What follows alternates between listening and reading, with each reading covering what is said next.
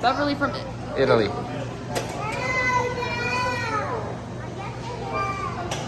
Oh.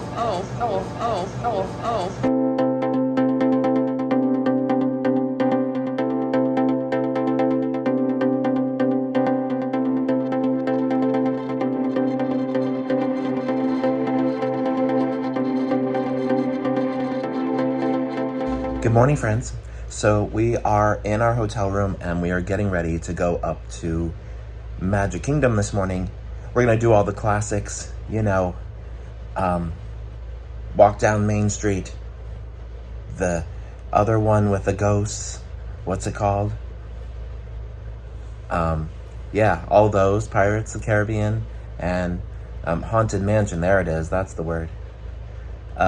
Maybe Space Mountain, Big Thunder Mountain, Peter Pan, It's a Small World, all those. Renee's with me, she's over there. You can't see her, but you can see where she's at, probably. And yeah, so this is Good Morning Day officially 1, and we'll talk soon. Neither one of us were hungry yet, so we decided to skip breakfast, which was actually good from a time perspective, because if you didn't know, Magic Kingdom is the one park that is always busy. People are coming from far and wide to experience Walt's Magic Kingdom, and so compared to the other 3 parks, this park is the most crowded, and of course it also has the most kids in it. So if you're on the younger side and are childless like us, just keep that in mind. Even though I go all the time, it had actually been a really long time since I'd rope dropped Magic Kingdom. The term rope drop just means to get there before the park opens and then be one of the first people in the gate. But it was so cool being among the first guests on Main Street, and of course all of the cast members and stuff greeted us at the train station. But then as we approached Cinderella's castle, one thing that I completely forgot about is that they do a morning greeting show, and all my favorite characters came out to say hi, and I was so excited. I did get some good footage of the show, but of course I turned the camera off right before they shot some fireworks into the sky, and I was like, what the heck, man? But it was most definitely a great way to start the day.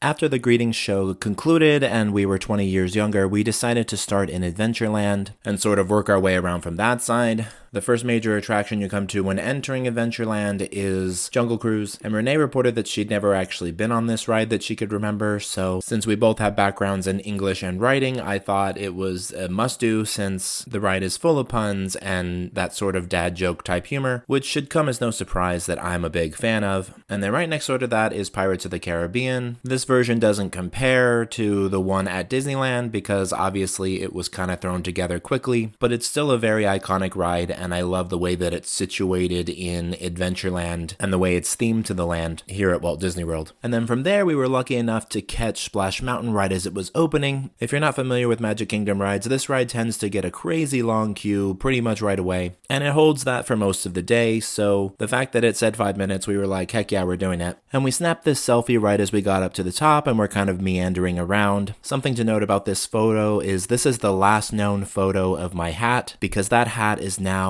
somewhere at the bottom of the flume water near the big finale drop on Walt Disney World Splash Mountain. So RIP to my black American flag ball cap. Next, it was time for Big Thunder Mountain Railroad, another iconic member of the Disney mountain range. We actually had to wait a little bit for this one, but it was only like 30 minutes compared to the 10 or 15 that we waited for everything else, so it was in no way bad. One thing to note about Thunder Mountain is while the majority of the queue and everything is outdoors, it does have an indoor station, so you do have to wear a mask on this ride. Plenty of other rides are requiring masks because of course you have to wear a mask at all indoor locations at Walt Disney World right now, but I bring that up for this ride specifically because there was a little bit of confusion for some of the people in line, since for all intents and purposes this ride is an outdoor ride. But policies are constantly changing at Disney World, so when you visit next time that may not even be a thing. But anyway, we decided to stop and strategize for a little bit because we had planned to go to the Haunted Mansion, but that ride had like a 55-minute wait, but Space Mountain only had a 20-minute wait, so we crossed back over and went over into Tomorrowland. This was Renee's first time on Space Mountain, and while it did flip her around more than she was expecting it to, she thought it was a really cool concept and said she would definitely ride again.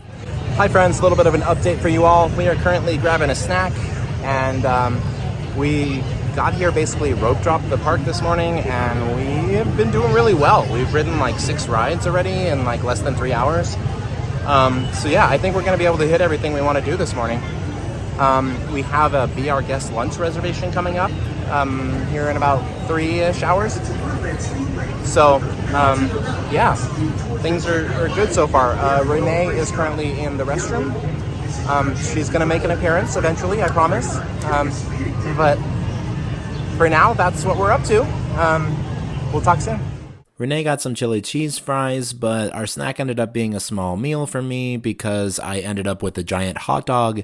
And as you may have guessed, there is no way to eat this that's not suggestive. But I always enjoy eating at Cosmic Rays because Sunny Eclipse is there, and of course he sang for us. So I started to pack up and rocket back home.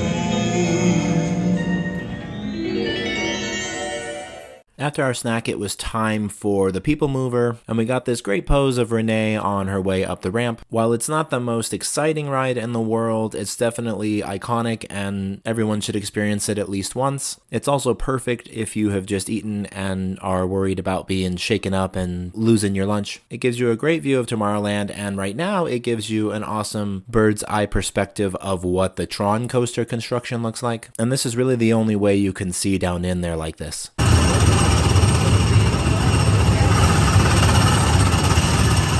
Tomorrowland Speedway only had a posted 5-minute wait, so we caught a ride on that, and then we went over to Dumbo the Flying Elephant because did we really have a choice? I love the circus theme that they have in this area compared to Mickey's Toontown at Disneyland. This just feels more cohesive, and the whole Dumbo thing fits so much better over here. And you also get to wait in a circus tent that has a playground in it, which I can imagine for a kid is really, really awesome. But as an adult, it's nice to be able to sit down and rest halfway through waiting in line, and they give you a buzzer which pages you when it's time to go to your elephant, which is honestly super convenient. And then after that we went on Under the Sea with the Little Mermaid, which is a pretty cool Omnimover ride that uses kind of the same sort of system as Haunted Mansion. And then it was time for our 2 p.m. reservation at Be Our Guest. I always like to include a character meal every time I go, and I just knew Be Our Guest was right up Renee's alley.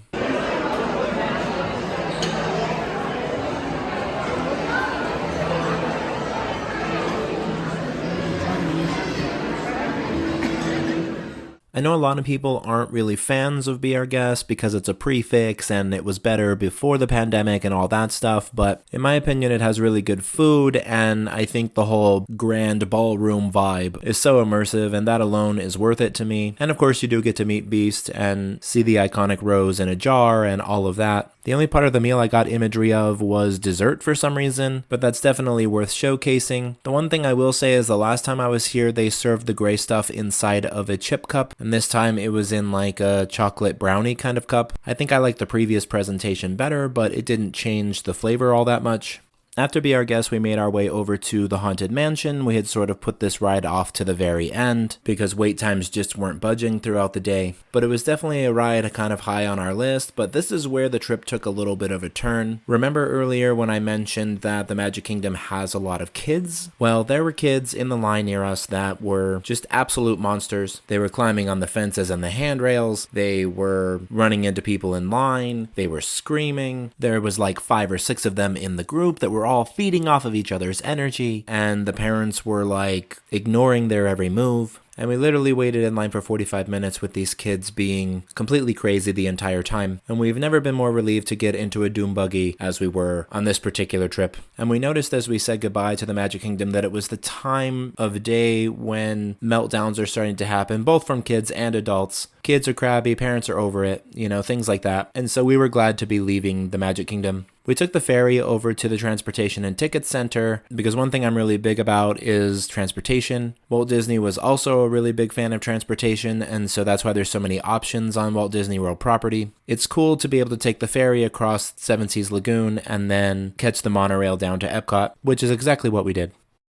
When we got to Epcot, the first thing we did was ride Spaceship Earth. That's another must-do if you've never been there before. And since it's all about the history of communication and making the world a better place, it's a personal favorite of mine. And that led us to the Seas Pavilion where we did the Nemo ride and looked through the aquariums. And then we hopped next door to the Land Pavilion where we did the Living with the Land ride. Since I'd never been here in December before, I didn't realize they decorated the greenhouses and stuff for Christmas, which was a huge surprise. And this was also my first time riding this ride at night, so both that and the decor really made this a special ride experience for me. And then of course we did Soarin' Around the World. This is probably my favorite ride at Epcot. I'm a bigger fan of the California version just because I think the theming and overall experience is a little bit better, but the Around the World experience really fits the Epcot mantra and aesthetic nicely. And while at first she had a little bit of a sensory overload with this one, Renee really loved Soarin' Around the World. And then we went into Club Cool because surprisingly there was no line. So you guys remember Renee? She's been here with me all day. She's about to sample Beverly, which My makeup is running down my face from all the excitement. Right, so much excitement. But here she goes, Beverly. Beverly from Italy.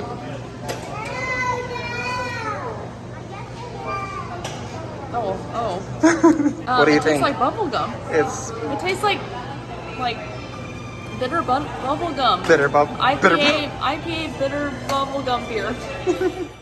And after we finished at Club Cool, we walked across to do Test Track. This, along with Frozen Ever After, is the most popular ride at Epcot. But surprisingly, since the majority of people were getting ready for the harmonious nighttime fireworks, lights, water, and everything else spectacular, the line wasn't too long. We did end up seeing Harmonious, but we weren't able to get that good of a view, and they had Christmas decorations blocking the lagoon, so most of the footage was pretty unusable. We did eat some really delicious fish and chips from the UK pavilion though.